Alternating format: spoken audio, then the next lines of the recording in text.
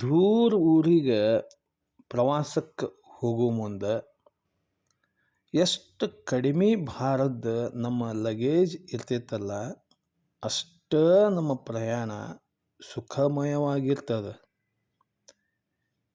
ಹೆಚ್ಚು ಕೈಚೀಲ ಅಷ್ಟೇ ಸಮಸ್ಯೆಗಳನ್ನು ತಂದು ಒಡ್ತದೆ. ಹೆಚ್ಚಿಗೆ ಲಗೇಜ್ ಒಯ್ದರೆ ಅದು ನಮಗೆ ಕಾಡುವುದು ಸಹಜ. ಅದನ್ನು ನಮ್ಮ ಬದುಕಿನ ಪ್ರಯಾಣಕ್ಕೆ ಅನ್ವಯಿಸ್ಕೊಂಡ್ರೆ ನಿನ್ನೆ ನೆನಪುಗಳ ಭಾರ ನಾವು ನಮ್ಮ ಪ್ರಯಾಣದಾಗ ಹೊತ್ಕೊಂಡೇವಿ ಅಂತ ತಿಳ್ಕೊಂಡ್ರೆ ನಾವು ಕಳೆದು ಹೋದ ದಿನಗಳ ನೆನಪುಗಳ ಚಿಂತೆಗಳ ಇವತ್ತಿನ ದಿನದಾಗ ತುಂಬಿ ಇವತ್ತಿನ ದಿನದ ಅನುಭವಗಳನ್ನು ಗೌಣ ಮಾಡ್ಕೊತೀವಿ. ಇದರಿಂದ ನಮಗೆ ಆಗೋ ನಷ್ಟ ಎರಡು ನಮೂನೆವು. ಒಂದು, ಇವತ್ತಿನ ದಿನದ ಅನುಭವ ಪಡೆಯೋಂಗಿಲ್ಲ.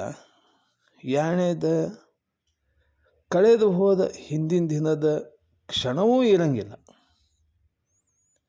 ಎರಡರ ಅನುಭೂತಿಯಿಂದನೂ ವಂಚಿತರಾಕೋಂತ ಅದು ನಾವು ದುರಾದೃಷ್ಟವನ್ನು ನಮಗೆ ನಾವು ತಂದುಕೊಳ್ತೇವೆ. ನಿನ್ನಿಗಾತು, ಇವತ್ತು ಇಂದಿಗೈತಿ, ಇರಲಿ ನಾಳೆಗೆ ಅಂಥೇಳಿ ವರ್ತಮಾನದಾಗ ಬದುಕು ಕಲೆಯನ್ನು ನಾವು ಕರಗತ ಮಾಡ್ಕೊಳ್ಳೋ ಪ್ರಯತ್ನ ಮಾಡಬೇಕು. ಕಳೆದು ಹೋದ ಸಮಯ ಮತ್ತು ಬರಲಾರ್ದು. ನಾಳೆ ದಿನಚರಿ ನಮಗೆ ಗೊತ್ತಿಲ್ಲ. ಹೀಗಾಗಿ ಕೈಯಾಗಿರೋ ಈ ಕ್ಷಣನ ನಾವಿರಬೇಕು. ಮತ್ತು ಏನು ಬೇಕಂತೇಳಿ ನಾವು ಅದರೊಳಗೆ ತಗೋಬೇಕು. ಆದರೆ ನಮ್ಮ ದೌರ್ಬಲ್ಯ ನಮಗೇನು ಬೇಕು ತಗೊಳ್ಳಂಗಿಲ್ಲ. ಅದು ಒಂದು ವಿಪರ್ಯಾಸ. ಹಳೆಯದೊಂದು ಗಾಯ ನಾವು ಕೆರ್ಕೊಂತ ಹೋದ್ರೆ ಅದು ದೊಡ್ಡ ಹುಣ್ಣಾಗಿ ಮಾಡಿಕೊಂಡು ನರಳುವುದಕ್ಕಿಂತ ಆ ಗಾಯ ಮಾಯ ಆಗಕ್ಕೆ ಟೈಮ್ ನೀಡಿದರೆ ನಾವು ಶಾಣೆ ಅನ್ನಿಸ್ಕೊತೇವೆ. ಬದುಕಿನ ದಿನನೂ ಹೊಸ ಅನುಭವಗಳ ನೀಡ್ತೈತಿ. ಆ ದಿನದ ಕಳೆಯುವಿಕೆ ನಮಗೊಂದು ಹೊಸ ಪಾಠ ನೀಡ್ತೈತಿ. ಒಂದು ಸಂದೇಶ ನೀಡಬಹುದು.